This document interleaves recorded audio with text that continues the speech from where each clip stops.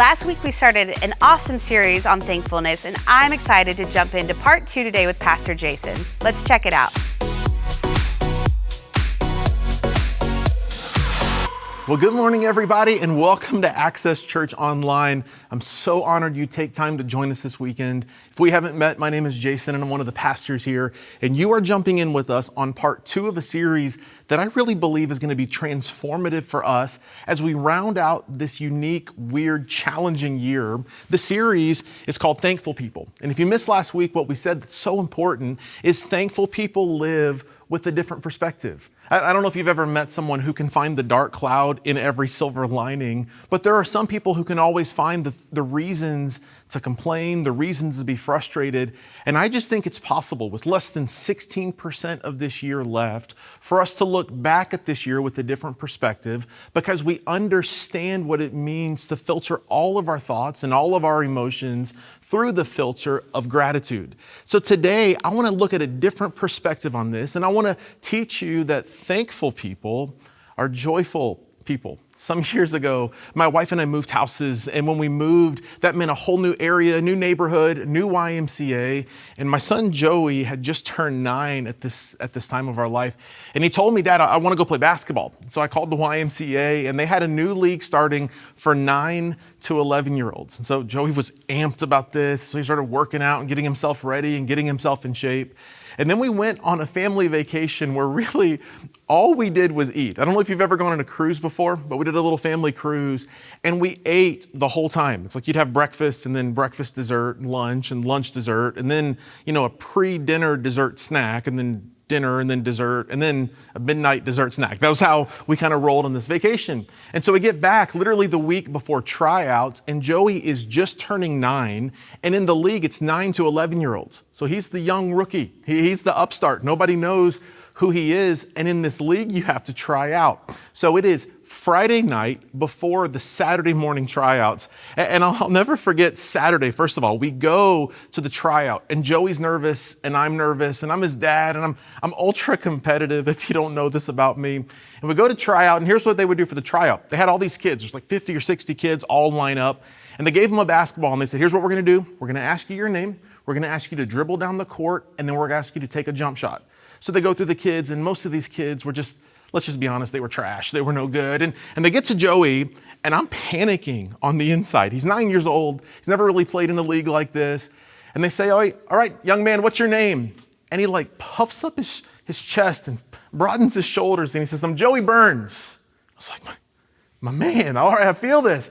And he takes the ball and he starts dribbling down the court. Hang on, I missed an important detail. They say, "What's your name?" And he says, "It's Joey Burns." And they say, "Are you ready for this?" And this blew my mind. My son Joey goes, "I was born for this." And at this point, I'm freaking out inside because now he's put up and he needs to make sure that he has what it takes to back this moment up. And so they say, "Okay, Joey, go." And Joey dribbles down the court and he pulls up for this jump shot. And I kid you not, nothing but the bottom of the net. This was a Kobe, Steph. This was a beautiful shot. He makes it. And I'm turning around to all the parents. I'm like, "That's my kid. I taught him everything he knows." I'm trying to take credit for this moment. Well, the night before was funny to me too. So this moment happens, but the night before was so funny because it's 8 o'clock. We've just had pizza. We've watched a movie as a family. Remember, we've just come off this vacation where all we did was eat. And Joey goes, "Well, I guess it's time to get in shape now." And he laid down on the floor and did 100 sit-ups.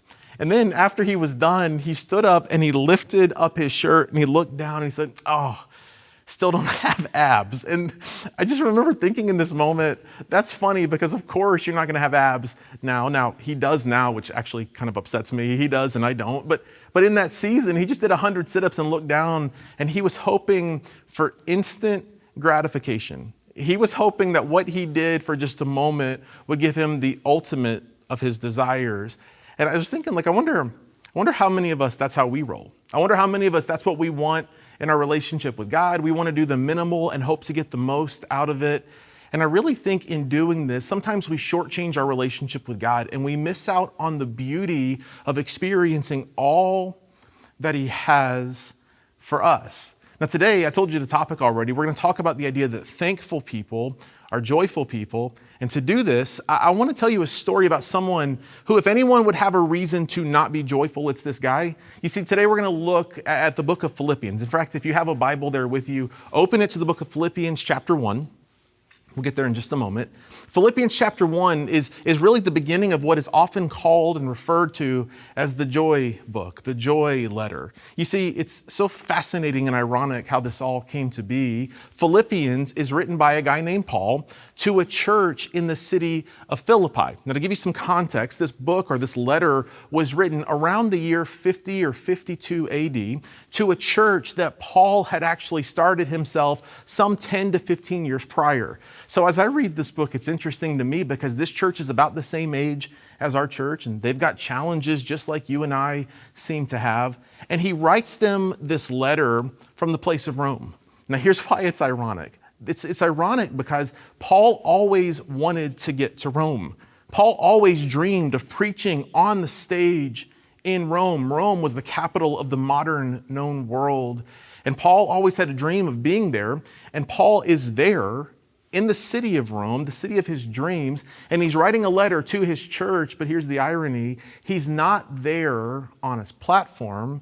He's there in a prison cell. He's not there preaching to thousands of people. He's there on death row. He doesn't know if any single day he'll live to see the next day. He doesn't know if there will be a knock on his door where a guard will lead him out into the woods, and only the guard will come back by himself because he will have been executed. He doesn't know if he'll live to see tomorrow. And from Rome, the city of his dreams, where his dreams are literally lifeless in front of him, he writes this letter called the Letter of Joy.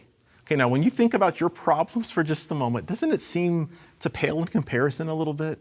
Like when you think about your problems and your dreams and the things you want to do with your life, doesn't it seem a little bit less significant when you compare them to what Paul is experiencing in this moment?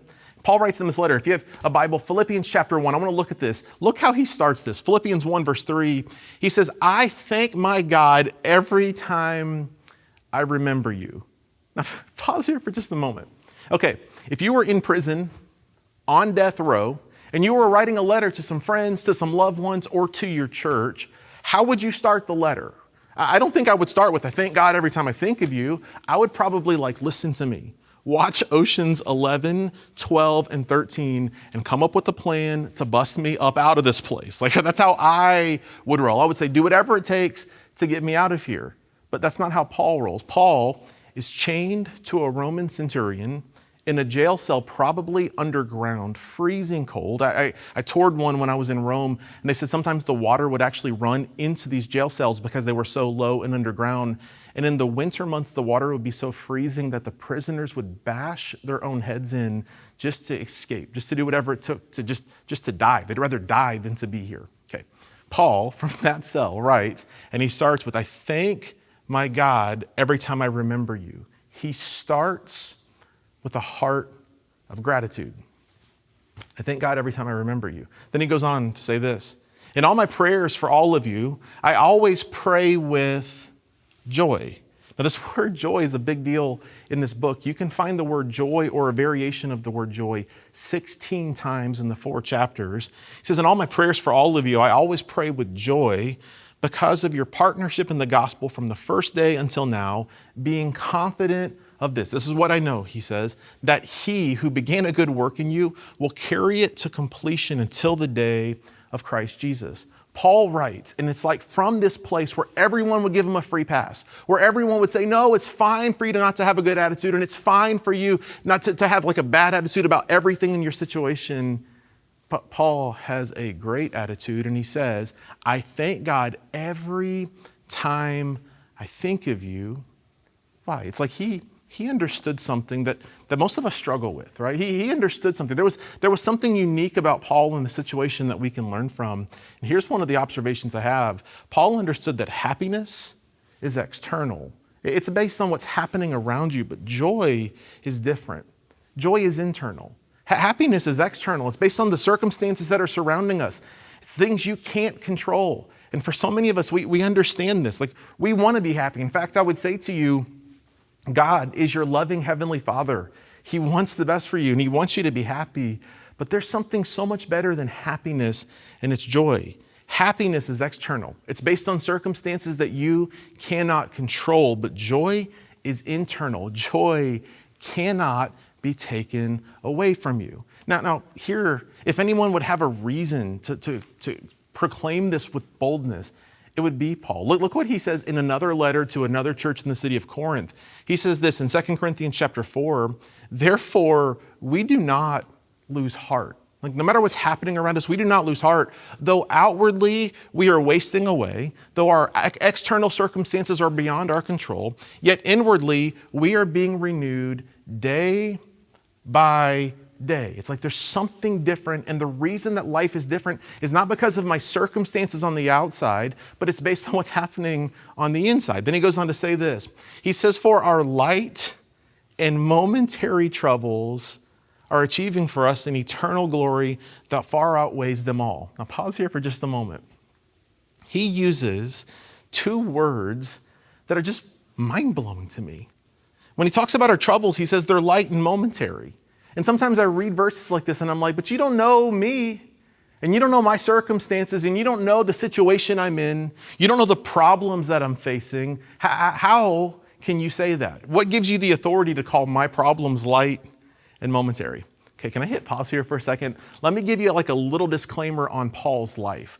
Paul, 5 times in his life, Paul was beaten 39 times with the same kind of whip that was used to beat Jesus. The Romans believed that they had invented this whip, that if a person was whipped 40 times, it would kill them. And so what they would do is they would beat a person 39 times instead of 40 to give them the maximum level of excruciating pain. And Paul has this happen to him 5 times. Paul finds himself shipwrecked in the middle of the Mediterranean Sea. He spent 24 hours or more bobbing in the Mediterranean Sea by himself.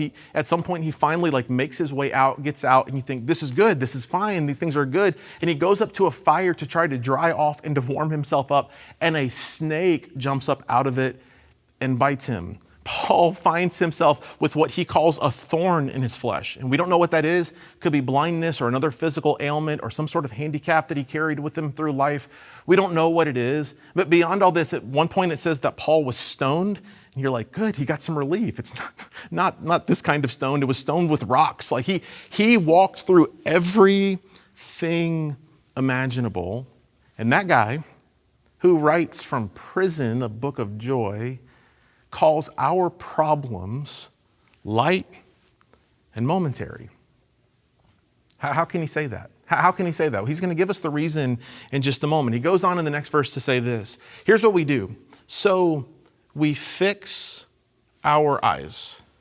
Here's what he's saying, that when you see your problems as big and forever, not light and momentary, when you see them as overwhelming and something that you'll never be able to overcome, what happens is your perspective gets on your problems and not on the bigness of your God. You tend to look down at your problems instead of looking up and seeing the greatness and the splendor and the magnitude of our God. And so he says, so what do? We have to refocus. We have to fix our eyes. We fix our eyes not on what is seen, but on what is unseen. Since what is seen is temporary, but what is unseen is eternal. It's like he wants us to understand something that's so important when it comes to the challenges we face in this life. And here's what it is. Our happiness is based on circumstance, but joy is based on Christ. Happiness is based on what's happening all around us. We can't control the circumstances in our life, but we can understand that joy is inward. It's internal. It's based on what Christ has done for us. You see, in light of what Christ has done for us,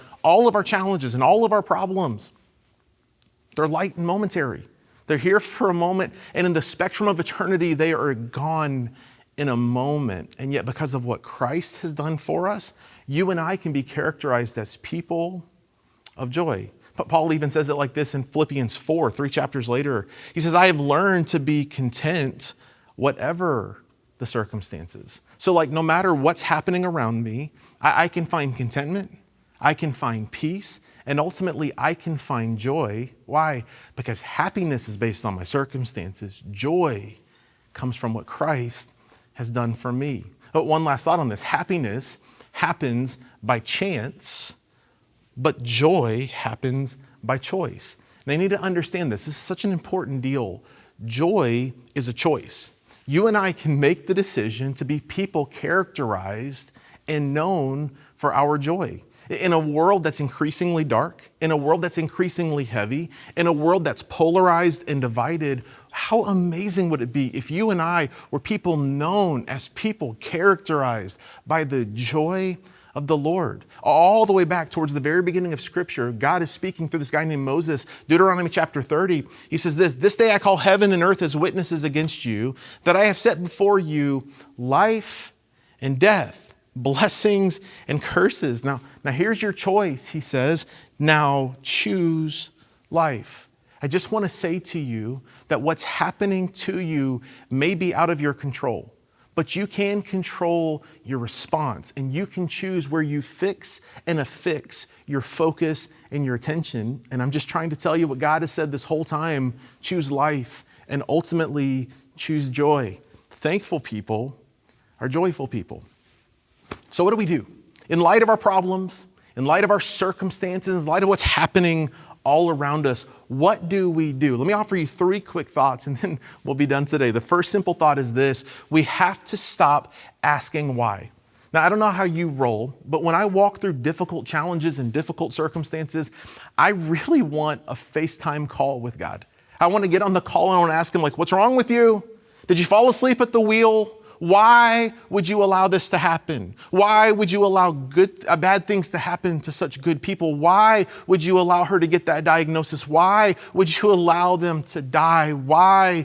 And you need to understand something, that God is ultimately in control, and there is a part of this life and a part of the human experience that none of us are ever going to really be able to wrap our minds around. Now, sometimes people get mad and they turn on God and they'll say things like, you promised me. Can I show you what Jesus actually promised? John 16:33, Jesus said, I've told you these things so that in me you may have peace. So the promise of God is the peace of God. He says, in this world, you will have trouble. And you're like, well, Jason, come on, be more positive. Okay, check this out. I'm positive that in this world you will have trouble. This is what Jesus promised. In this world you will have trouble, but take heart, he said, and here's why you can take heart. I have overcome the world. Now, what you need to understand is that Jesus said that you and I are going to experience challenges and problems in this world. The fact that you're following Jesus isn't a green card to just get you through any difficult situation. The promise of God is that we can take heart because he's with us in every situation.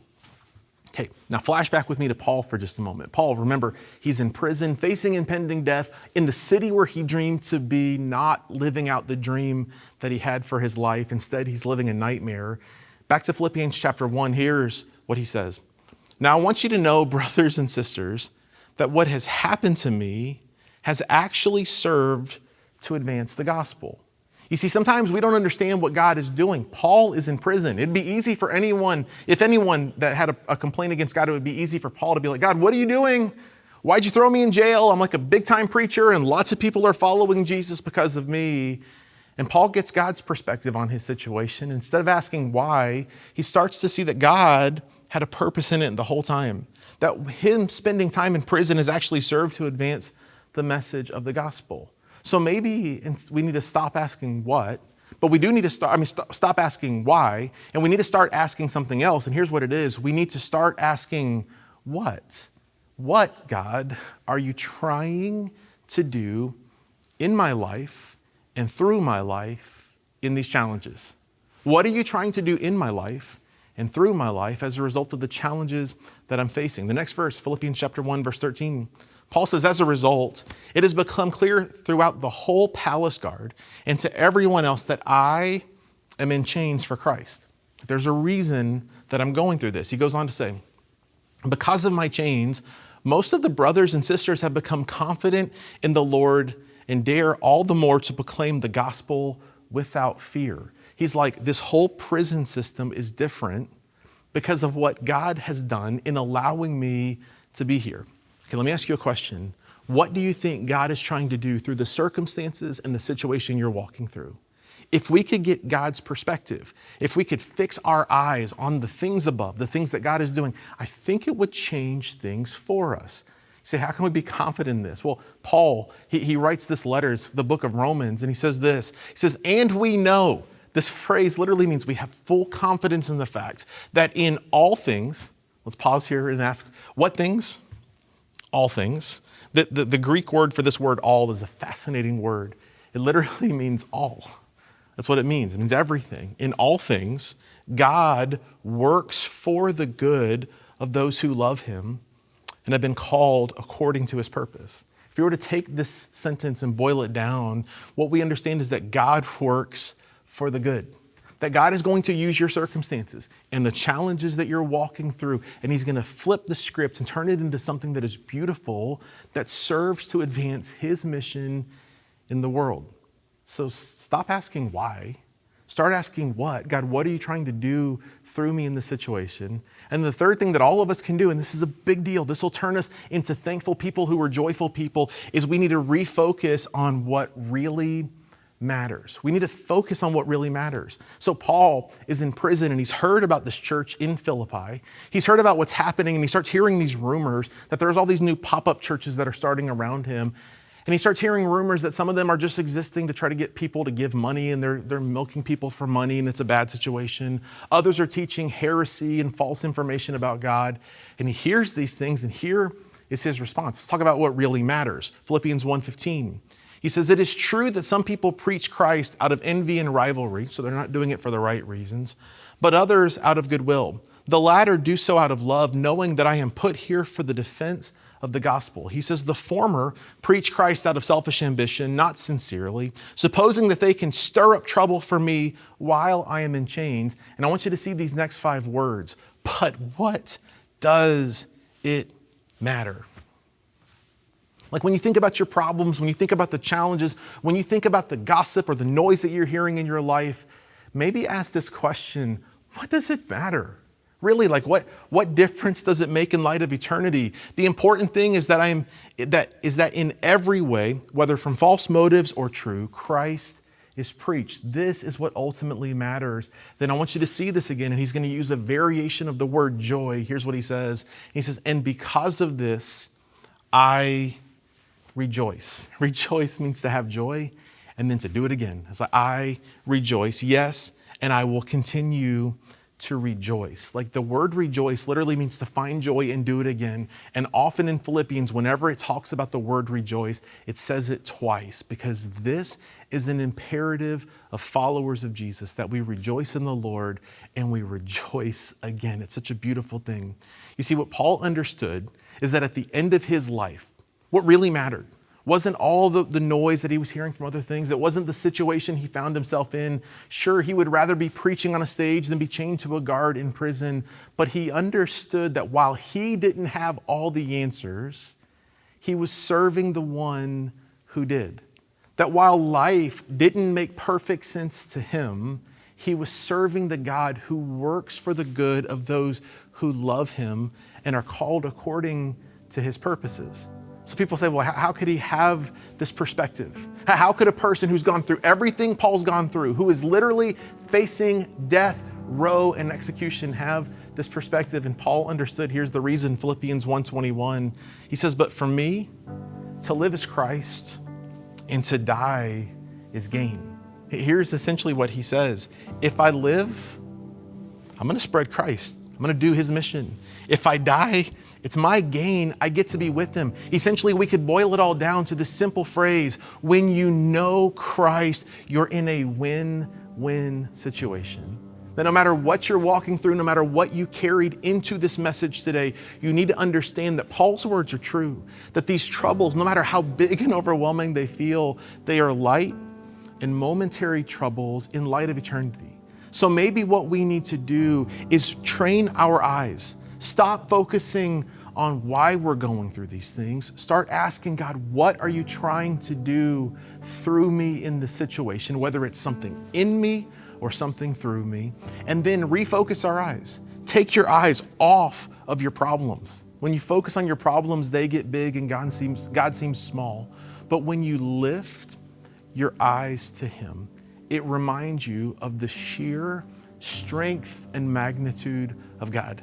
So what would it look like if you and I just made this decision to reframe and refocus our whole lives? That I'm going to take my eyes off of my problems. I'm going to become a thankful person whose life is characterized by joy. That no matter what happens in the circumstances around me, I begin to understand that happiness, it's here for a moment and then it's gone. But joy comes from within, and joy comes from the Lord. Let's pray, everyone. God, I pray that today we'll all leave with your perspective on our problems, that we'll all leave as thankful people who are characterized by joy. And God, my prayer is that as a result of today, we'll take our eyes off of our problems and we'll turn them to you. God, maybe instead of asking why so much, we'll start asking, what are you trying to do in me and through me?